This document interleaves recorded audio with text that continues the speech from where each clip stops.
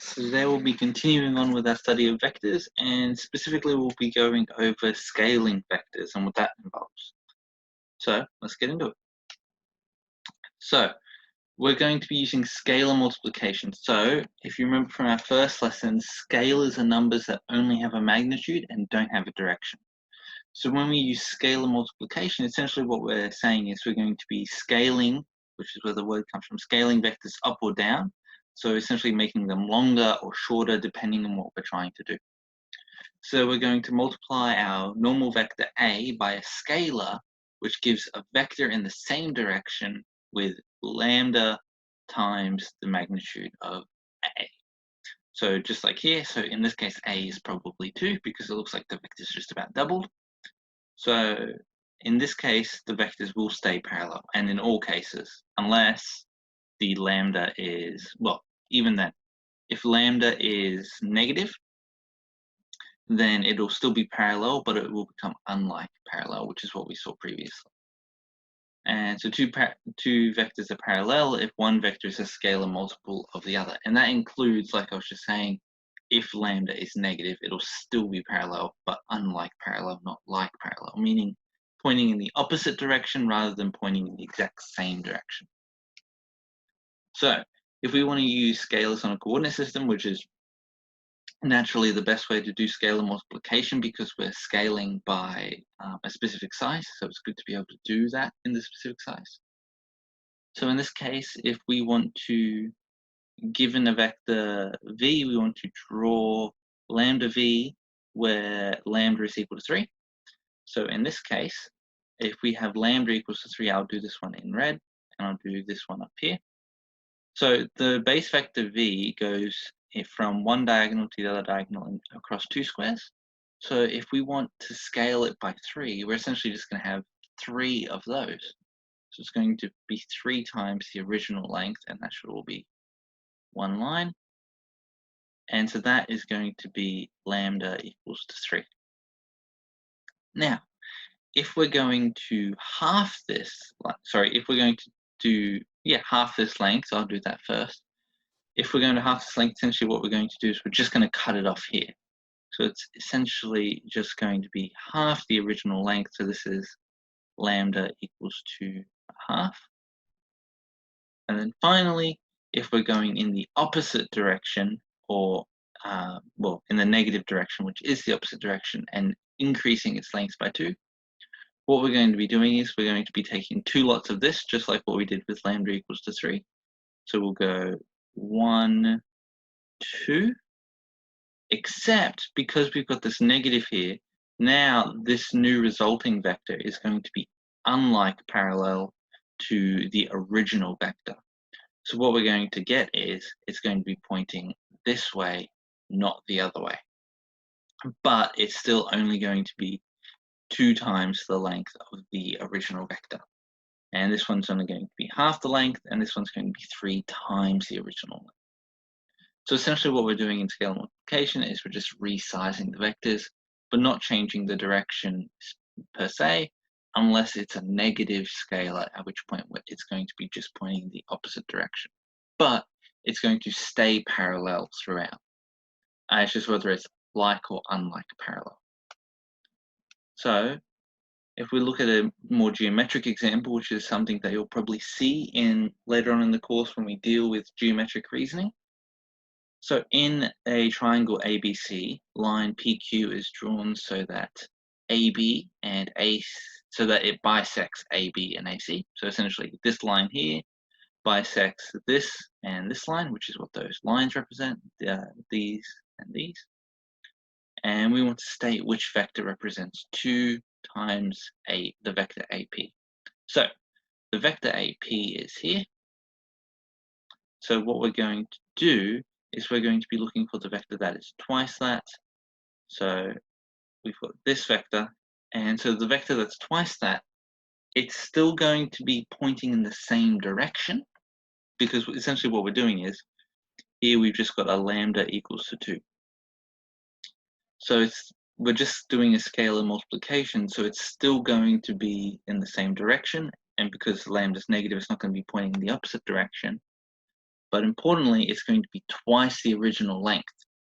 And so if we know that PQ bisects AE into AP and PE, then twice the original length of AP is just going to be all of AB. So what we're going to get is this line extending all the way down. So this is 2AP. Now what we're doing over on this side is we're essentially doing the opposite, because we want a vector that is half of a CA. Also, this should be AB. That's the answer. That's the vector that represents it, because it's going from A to B and it's in the same direction. So importantly, this vector starts at C and ends at A. So what we're actually going to get here is this vector here.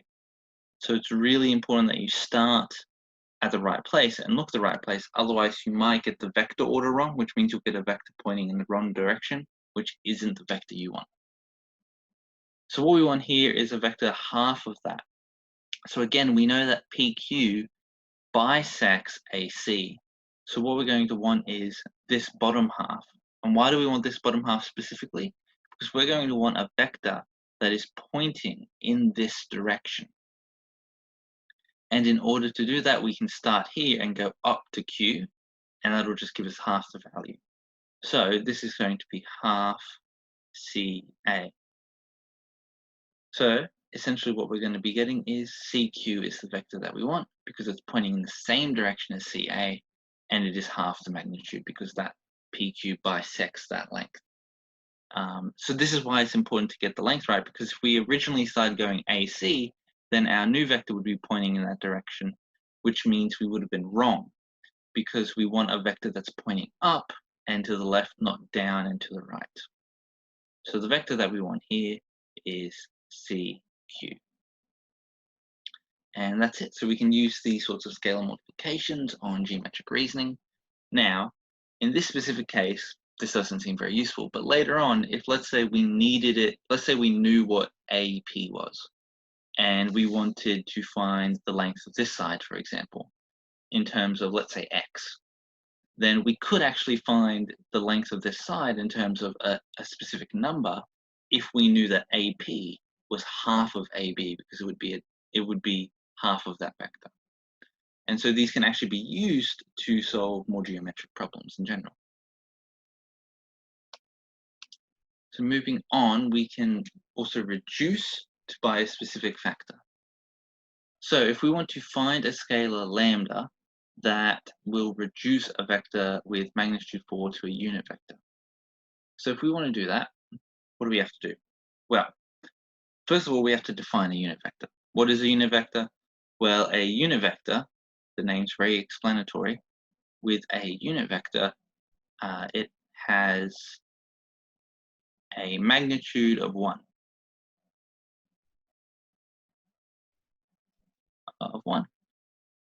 So essentially, what does that mean? It means that the vector is one length. So if I had a vector u, let's say, then the magnitude of u, and we'll go over this symbol in just a moment. So the magnitude of u is equal to 1. These two bars on either side, that means magnitude. So essentially, we just have a vector. It can be pointing in any direction it wants to be, but just as long as its magnitude is 1 or its length is 1, then it's a unit vector. So what we've got currently is a vector of length 4, and so what we want to do is we want to reduce it to a unit vector, and we want to find a lambda that allows us to do that. So in order to do that, what we essentially want to do is we want to quarter the length of this vector. And so how can we do that? Well, we can multiply by a lambda of a quarter, let's say. Because if I have my new vector u, and let's say that this vector of magnitude 4 is a, then I'm going to want u is equal to lambda a, where this is going to have a magnitude of 1, and this is going to have a magnitude of 4. Therefore, we're going to want lambda to be equal to a quarter. Because then if we have a quarter times 4, then that's just going to be 1. So we get our magnitude of 1. And so that's exactly how we do this kind of example. And for a general method of doing this, we can look at the next slide, which is just a general way of doing this and expressing this. So the unit vector parallel to vector v is this. So essentially it's the vector divided by its magnitude. In this case, they've used single bars. You can use double bars as well. There's no great difference. Single bars is usually easier to write though. So what we can do here is we have our vector times 1 over the magnitude of our vector, which is exactly what I was doing, because we had a magnitude of 4, and now multiplied by 1 over 4. So that previous example is just exactly this formula. It's just this is a formal way of writing it. So if you want to get a unit vector that's parallel to some original vector, i.e. it's pointing in the same direction, then what you're going to want to do is you're going to want to take your vector and divide by its magnitude. And so that's just a scalar multiplication, where in this case, one too far. So that's just a scalar multiplication, where in this case we have a lambda is equal to 1 on v. And that v will change depending on what your vector is. So essentially what we've covered today is scalar multiplication, and that you can use scalar multiplication to resize your vectors for from a given magnitude to a magnitude that you want.